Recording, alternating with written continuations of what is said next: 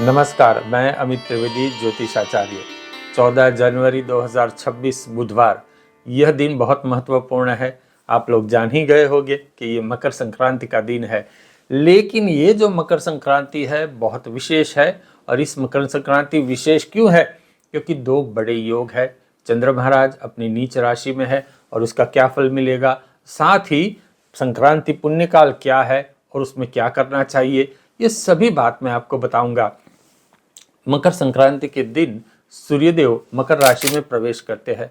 सूर्यदेव की संक्रांति को ही हम मकर संक्रांति कहते हैं। मकर राशि में सूर्यदेव का प्रवेश करना यानी कि सूर्यदेव का उत्तर दिशा की ओर गमन करना, यानी कि सूर्यदेव का देवलोक की ओर गमन करना।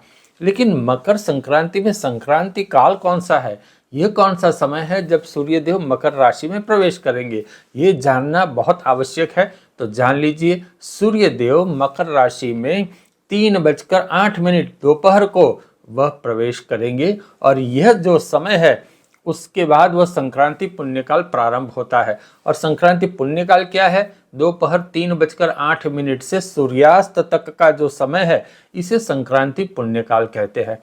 संक्रांति पुण्यकाल में क्या करना चाहिए? देखिए, नाम लिखा है संक्रांति पुण्यकाल, संक्रांति काल के पीछे पुण्यकाल भी लगाया है, क्योंकि ये जो समय है इसमें दान दक्षिणा अर्पण करनी चाहिए। साथ ही विष्णु सहस्त्र नाम का जाप भी करना चाहिए, तिल का दान करना चाहिए, गुड़ का दान करना चाहिए, गौ को चारा खिलाना चाहिए और साथ ही किसी पुरोहित को, जो मंदिर में पुजारी है, उनको भी कुछ दान दक्षिणा अर्पण करनी चाहिए।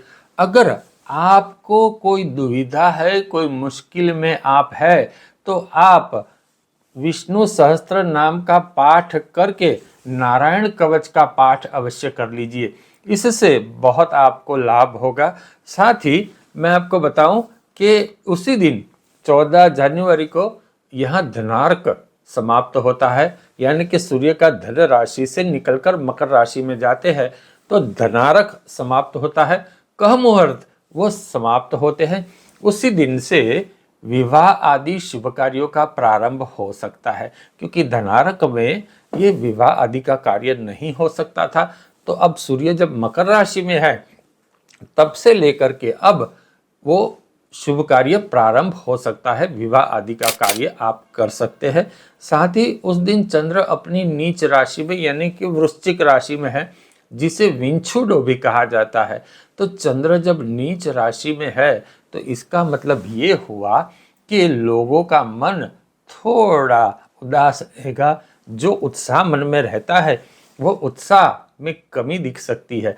तो इसीलिए मैंने कहा कि संक्रांति जो पुण्यकाल है उस संक्रांति पुण्यकाल में दान दक्षिणा अर्पण कीजिए, उससे आपका मन प्रफुल्लित रहेगा और पूरे वर्ष मतलब 14 जनवरी 2026 से 2027 की जनवरी तक आपको बहुत लाभ मिलेगा। चंद्र महाराज की पीड़ा आपको नहीं होगी। मैंने ये भी कहा था कि दो बहुत महत्वपूर्ण योग यहाँ मकर संक्रांति के दिन घट रहे हैं।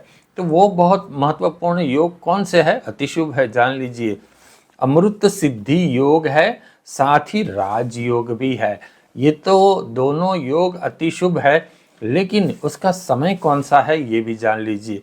सूर्योदय से रात्रि 3:04 तक अमृत सिद्धि योग है और राजयोग का समय जान लीजिए, संध्या 5:53 से रात्रि 3:04 तक राजयोग है।